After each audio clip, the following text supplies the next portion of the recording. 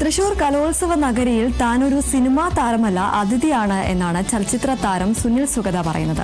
കലോത്സവ വിശേഷങ്ങൾ അദ്ദേഹം കേരള വിഷൻ ന്യൂസുമായി പങ്കുവച്ചു. റിയാസ് KMR തയ്യാറാക്കിയ വാർത്തയാണ്.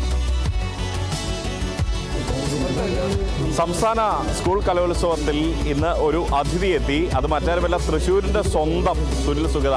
മലയാള സിനിമയിൽ നിറഞ്ഞു നിൽക്കുന്ന സ്വഭാവ നടനായ നിരവധി വേഷങ്ങളിൽ മലയാളിയുടെ പ്രിയപ്പെട്ട താരമായി മാറിയ സുനിൽ സുഗത.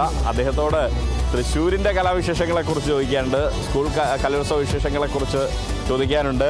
അച്ഛനൊരു അധ്യാപകനായിരുന്നു. സ്വാഭാവികമായിട്ടും സുനിലേട്ടൻ്റെ ഓർമ്മയിൽ ഏതൊക്കെയാണ് ഈ കലോത്സവ ഓർമ്മകൾ എന്തെങ്കിലും ഉണ്ട്? ഞാൻ അതിഥിയല്ല തൃശ്ശൂർ ഞാൻ ഒരിക്കലും അതിഥേയനാണ്. കലോത്സവം കാഴ്ചയുടെ ഇത് 10ാമത്തെ തവണയാണ് ഞാൻ വരുന്നത്. അപ്പോൾ നമ്മൾ ചെറുപ്പകാലം മുതലേ ഒരു കാഴ്ചയുടെ ഒരു ഭാഗമായിരുന്നു.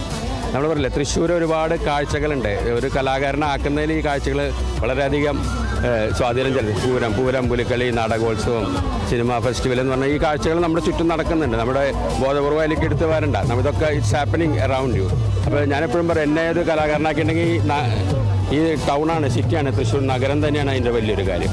അപ്പോൾ അങ്ങനെ കലോത്സവത്തിന് ഞാൻ കലോത്സവ വേദികളിൽ പങ്കെടുത്തിട്ട് ആളൊന്നുമല്ല ചെറുപ്പം മുതൽ. അങ്ങനെ ഭയങ്കര ആർട്ടിസ്റ്റ് ഇതൊന്നും ആയിരുന്നു. ഞാൻ മുമ്പ് എവിടെ വായിച്ചിട്ടുണ്ട്, തൃശ്ശൂർ CMS സ്കൂളിലല്ലേ?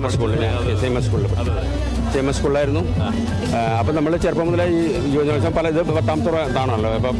പുലികളിയുടെ ഭാഗമായിരുന്നു, അങ്ങനെ ഒരു ഇത് കേട്ടിട്ടുണ്ട്. ഒക്കെ പഠിച്ചിട്ട് വന്നിട്ടുണ്ടല്ലോ. പുലികളുടെ ഭാഗമായിട്ട് പലപ്പോഴുമായിട്ട് പല പ്രാവശ്യവും പുലിയുടെ വേഷം കെട്ടിയിട്ടുണ്ട്.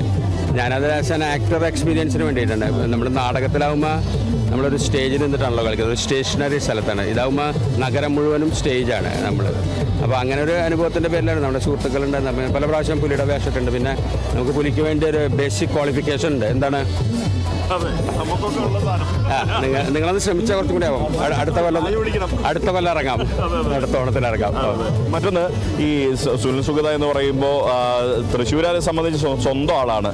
അത് കഴിഞ്ഞ് സിനിമയിൽ സജീവമാകുന്നു. ബെസ്റ്റ് ആക്ടർ പോലുള്ള സിനിമകളിലാണ് പിന്നീട് ഏറ്റവും ശ്രദ്ധേയമായ വേഷങ്ങളിലൂടെയൊക്കെ വരുന്നത്. പിന്നീട് അങ്ങോട്ടേക്ക് ഒരു ഗംഭീരമായ വേഷങ്ങളുടെ പടയായിരുന്നു.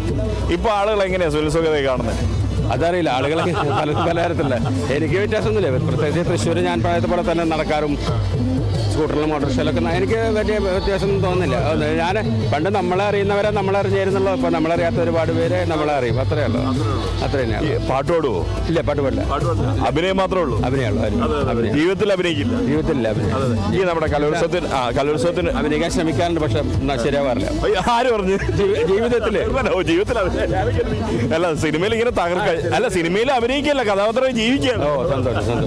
അല്ല, മറ്റൊന്നേ, ഈ നമ്മുടെ കലോത്സവത്തിന് വരുന്ന കുട്ടികളോടൊക്കെ എന്താ പറയാനുള്ളത്? കുട്ടികളോടല്ല, എല്ലാവരോടും പറയണം. കലോത്സവത്തിന് വന്ന് നിങ്ങൾ ഇവിടെ വന്നിപ്പോൾ കല ആസ്വദിക്കും. പക്ഷേ ജീവിതത്തിൽ കല ആസ്വദിക്കുന്നതും നിങ്ങളുടെ ലൈഫ് ടൈം ആയിരിക്കണം. നമ്മളെപ്പോഴും ഇത്തരം കാര്യങ്ങൾ കൂടി കടന്നു പോകുന്ന നമ്മുടെ refine you as a man, മനസ്സിലായില്ലേ? അതുപോലെ കുട്ടികളും കല ഇത് കഴിഞ്ഞിട്ട് വിടാനുള്ളതല്ല. കല ജീവിതകാലം മുഴുവൻ തുടരണം.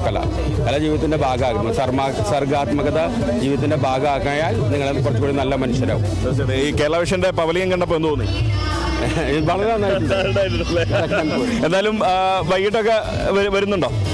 ഞാൻ ഇവിടെ ഉണ്ട്. തീർച്ചയായിട്ടും നമുക്ക് അപ്പോൾ കാണാം. എന്തായാലും തീർച്ചയായിട്ടും സുനിലേട്ടൻ പറഞ്ഞ തന്നെയാണ്, കല ജീവിതത്തിന്റെ ഭാഗമാക്കി മാറ്റുക. അത് നമ്മുടെ സർഗാത്മകത എന്ന് പറയുന്നത് നമ്മളെ കുറച്ചുകൂടി ശുദ്ധീകരിക്കാനുള്ള ഒന്നാണ് കലയും കലോത്സവവും എന്ന് പറയുന്നത്. അത് തന്നെയാവട്ടെ വലിയ സന്ദേശം. ക്യാമറ പേഴ്സൺ അരുൺ മുഴക്കുന്നിനൊപ്പം Riyas KMR, Kerala vision news, Thrissur.